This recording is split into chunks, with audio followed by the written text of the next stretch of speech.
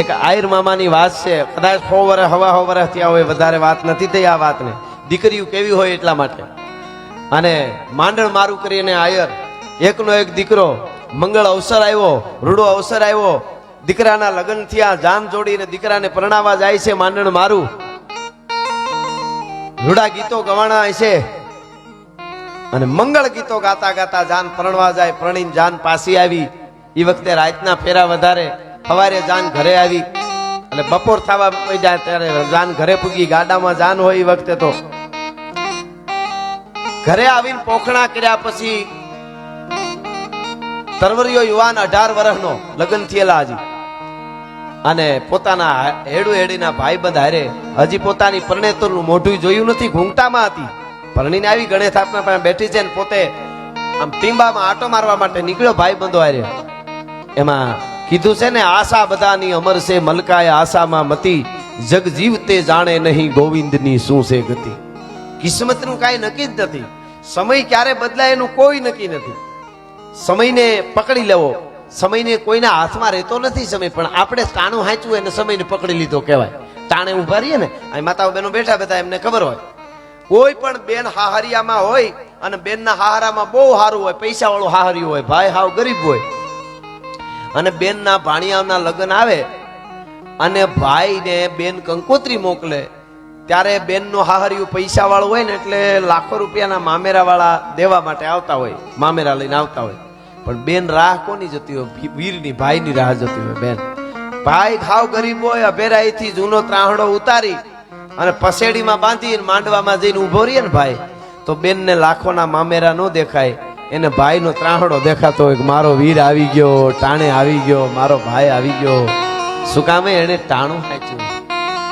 કિંમત ટાણાની જ છે સમયને. એમ સમય કાળ નબળો આવવાનો હોય છે માંડણ મારુનો. એકના એક દીકરાને હરપ ડંસ થયો. જોજો, પરણીને આવ્યો છે, બપોર થયા છે, હજી પરણેતરનું મોઢું જોયું નથી, ઘૂંઘટામાં છે.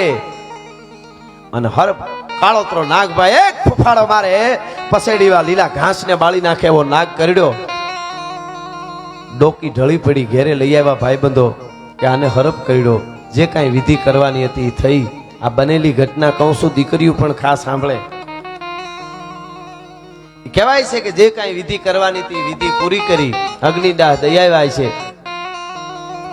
અને પછી જે કાંઈ એનો 1 દી 2 દી 12 દીનું જે કાંઈ પતવાનું હતું એ બધું એનું પત્યું. પછી માંડણ મારું એ પોતાના વેવાઈને તેડાવ્યો કે તેડાવીને વાત કરી, હવે અમારા દીકરાનું જે કાંઈ બધું દાડો ને બધું પતી ગયું છે, તમારી દીકરીનો ફૂલ જેવી દીકરીનો હું વાગ, સારું ઠેકાણું લઈને જોઈને બીજે લઈ દેજો. તમારી દીકરીને હોનબાઈને તેડી જાઓ. નામ હોનબાઈ હતું. ઉંમર 16 વર્ષની હતી, હજી પરણીને આવી હતી. ઘૂંઘતો ઉગાડ્યો નતો ને પતિ વયો ગયો. જે કાંઈ વાતો કરવાની હતી બધી વાતો કરીને તેડી જવાની. આ તે દીકરીના બાપને તો શું દુઃખમાં બાકી છે એ વખતે. પણ બધી વાત પૂરી થઈ ત્યારે આડો ટોટલો રાખી, ટોટલા આડી ઊભીને 16 વર્ષની આયરાણી હોનબાઈ એટલું બોલી હતી કે બાપુ મને તેડવા માટે આવ્યા? કે હા બેટા, હું કરું? તારા કરમ ફૂટી ગયા. કે હા, ઈ તો ફૂટ્યા જે ફૂટવાના હતા ઈ, પણ આવ્યા છો 1 દી રોકાવ, 2 દી રોકાવ. તમે મારા બાપ છો, હું તમારી દીકરી છું, તમે મને હારે વળાવી દીધી ને, એટલે હવે હું મોટી થઈ ગઈ કહેવા ને બાપુ? કે હા, કે હવે થોડુંક મારે કહેવાનો હક ખરો ને? અરે હા બેટા, કે ની શું છે? કે તમે તમારે રોકાવું હોય તો 1 દી 2 દી રોકાવ અને નકર ખુશીથી ઘરે જાઓ. કાં બેટા, હું તને તેડાવા આવ્યો છું, હવે તને તેડી જાવ. તા તો હારાય બોલવા મીડા. માંડણ મારું આયર એ બોલવા મીડા કે બેટા હવે તું તારા ઘરે જા, મારા કરમ ફૂટી ગયા, જે થવાનું તું તારી જિંદગી જીવજે. કે મામા, આપણે મામા કે હાહરાને, મામા હું મારા બાપુ વાત કરી છે જરી સાંભળો. બાપુને કીધું, બાપુ આવ્યા છો એવી રીતે પાછા ઘરે વયા જાઓ. મારા અહીંયા પગલા પડ્યા અને આ ગાયરનું આયરનું ઘર ઉજળ થઈ ગયું, પૂરું થઈ ગયું. મારા પગલા પડ્યા ને એનો એકનો એક દીકરો વયો ગયો, કાળોતરો કર્યો. અને હવે જો હું પાછી બાપુ ઘરે વહી આવું ને તો આ બુઢા આયરનું કોણ? એને વાહે બીજું કોઈ હતું નહીં. આને રોટલા ઘડીને કોણ ખવડાવે? જે થવાનું તો ઈ કર્મે ને કિસ્મતે મારા ઉપર જે કરી છે, ભગવાને જે નાખી છે ભલે નાખી, પણ હવે ભગવાનને ખબર પડે કે આ 16 વર્ષની આયરાને હાહરાને રોટલા કરીને પૂરા કરીને એને બાપ તરીકે મોટો જિંદગી પૂરી થાય ત્યાં સુધી મોટી થઈ ગલઢી થઈ છે અહીંયા ને અહીંયા, બાકી હવે આ પગલા ન્યા નહીં આવે. અરે બેટા બાપ રોવા માંડ્યો, બેટા હું વાત કરે, હારો રોવા માંડ્યો, બેટા હું વાત કરે છે, તે ગીતા વાંચી નહીં, તું તો ગીતાને પી ગઈ. બેટા દુનિયાના રિવાજ છે કે પતિ હોય, લગ્ન થઈ ગયા હોય, છોકરા હોય તો હાહરામાં રેવાય બેટા, પણ હજી તું પરણીને આવી છો. કે બાપુ બીજું કાંઈ બોલતા નહીં, માની નહીં હોનબાયો. બાપ વયો ગયો, અહીંયા મામો થોડો થાય છે હાહરો. બેટા મારી દીકરી તારી જિંદગી શું કામ બગાડે છે, બેટા તું વહી જા. મામા નો જાઉં, હું આયરની દીકરી છું મામા, હું તમારી દીકરી આજથી. અને મિત્રો મામાને હાચવે છે. હાહરાને કેમ હાચવવા મીડી ખબર? માંડણ મારું બુઢો હતો 60 વર્ષનો, એ 60 વર્ષના માંડણને એમ લાગતું હતું કે આ દીકરી 16 વર્ષની દીકરી નથી, જાણે મામાની માં બની ગયો એવી રીતે દૂધપાક કરીને મામાને ખવડાવ્યો. હા એવી હાચવતી હતી.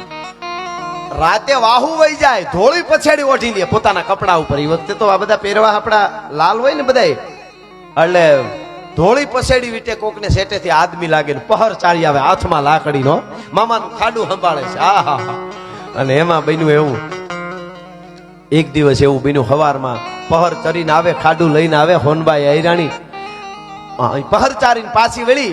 એમાં એ વખતે કાચા ઘર હતા બધા, ગાયરુના ઘર આપને બધાને ખબર હોય ગામડાઓમાં.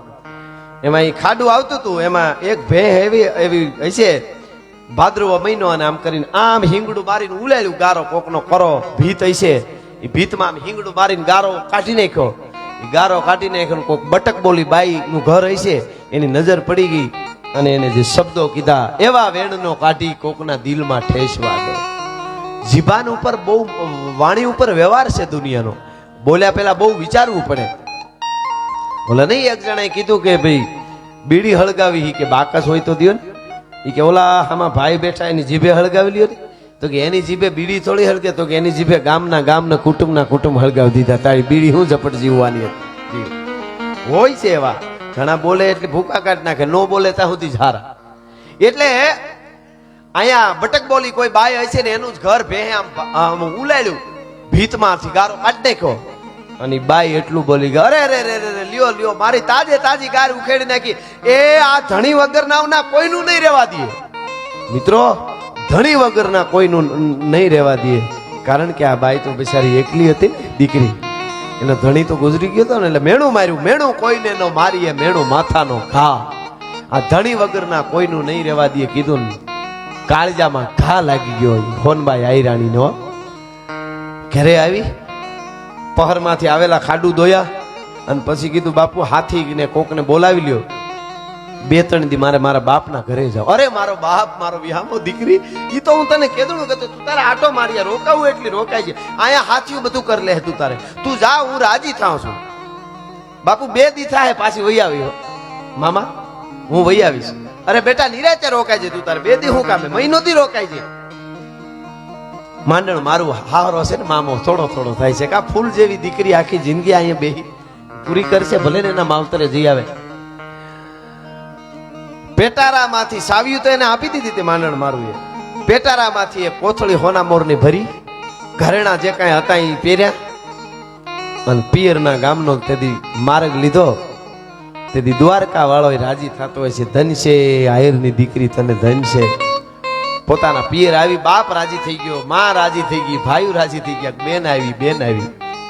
કેમ બેન હારું કર્યું, જાજા સમય આવી કે બસ હાંજે વાળું પાણી કર્યા પછી બધા હોઈ ગયા.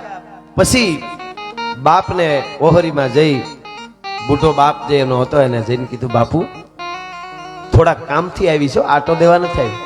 અરે બેટા બોલ, દીવો જગે છે, બેટા બોલ, શું કામ છે? મામાએ કઈ કીધું, હાહરાએ કઈ કીધું, કવેણ કીધું? અરે ના ઈ કોઈ દી થોડે, ઈ તો દેવ જેવો મારો હાહરો, મારો મામો છે. કે તો બેટા શું કહેવાનું છે? અને આમ કરીને કોથળી જે વાહળી આવતી પૈસાની વખતે, ચાંદીની ખોનાના જે હશે આમ ઢગલો કર્યો. આ શું કરે છે બેટા? કે મારી વાત સાંભળો બાપુ, આટલા કાવડિયા આપું છું, ઘટતા હોય તો મારા ઘરેણા આપું. કે પણ હું કરવાનું? ઈ તો કે કે મારો 55-60 વર્ષનો મામો છે અને પરણાવવો છે. હે કે 55-60 વર્ષના મારા મામાનો આયરમાં ગમે ની આ માગું નાખો ને એના લગ્ન કરો. અરે બેટા તું હું બોલે? નહીં બાપુ, હા કે ના હાસુ કે હું તમારી દીકરી તમારે પાસે વચન માગું છું બાપની પાસે. ઘણું એને ધન છે, એટલી જીદ કરી બાપને માની જવું પડ્યું. અને દીકરી ત્યાં રોકાણી, બાજુનું કોઈ ગામ હશે ત્યાં બાપ માગું લઈને જાય છે. કોનું? દીકરીના હાહરાનું. બનેલી ઘટના, તમને સત્ય ઘટના કહું. એ વખતે હવા હોવરા માણસ જીવતા ત્યારની વાત છે. અને જઈને માગું નાખ્યું. સામે વાળો માણસને ઘડીક તો અચરજ થઈ ગયું જ્યાં માગું નાખ્યું. પણ જે માગું લઈને ગયો તો એની પણ ઇજ્જત એવી હતી. અને જેનું માગું નાખ્યું હતું એ માંડણ મારુની સમાજમાં નામ હતું. મરદનું ફાડ્યો હતો, મરદ હતો, ડાયો બહુ હતો. ડાયા માણસો ન જડે ને. અને 18-20 વર્ષની આયરની દીકરીનું માગું નાખ્યું. ઓલાએ કીધું કે હું ઠેકાણું જડતું હોય ભલે ઉંમર મોટી રહી. એ વખતે આવું બધું થતું આપ જાણો છો. પણ હું મારી દીકરી આપું છું. ઘડિયા લગ્ન લઈ અને ત્યાંથી નીકળ્યો. આ દીકરીનો હોનબાઈનો બાપ ઘરે આવ્યો અને દીકરીને કીધું કે લ્યો લગ્ન લઈ આવો તારા હાહરાના. હવે તું તારે ગામડે જા. હોનબાઈ આયરાણી 18-20 વર્ષની થઈ. ઈ ઘરે આવી, હાહરાને આવીને વાત કરી કે મામા ઘડિયા ટૂંકા વાનાના લગ્ન લઈને આવી છું ને તમારી જાન જોડવાની છે. આભો થઈ ગયો. માંડણ મારું ઊભો થઈ ગયો, આભો થઈ ગયો. એને એમ થયું કે બેટા તું દીકરી તું ગાંડી તો નથી થઈ ગઈ ને? નાય મામા, કાંઈ બોલવાનું નથી. આ સત્ય વાત તમને કરું છું. મારો બાપ નક્કી કરીને આવ્યો તમારું. અને તમે કાંઈ બોલો તો દ્વારકા વાળાના સોગન છે તમને ભલા માણસ. હા હા હા. આજુબાજુનું ગામ ને વાત કરીએ છીએ. ટૂંકી એ વખતની કંકોત્રીઓ કયો, જે સંદેશા કયો એ થયા. અને બુઢો 60 વર્ષનો કહેવાય છે. એ 60 વર્ષનો માંડણ મારું છે. એ ગાડામાં એની જાન જોઈતી.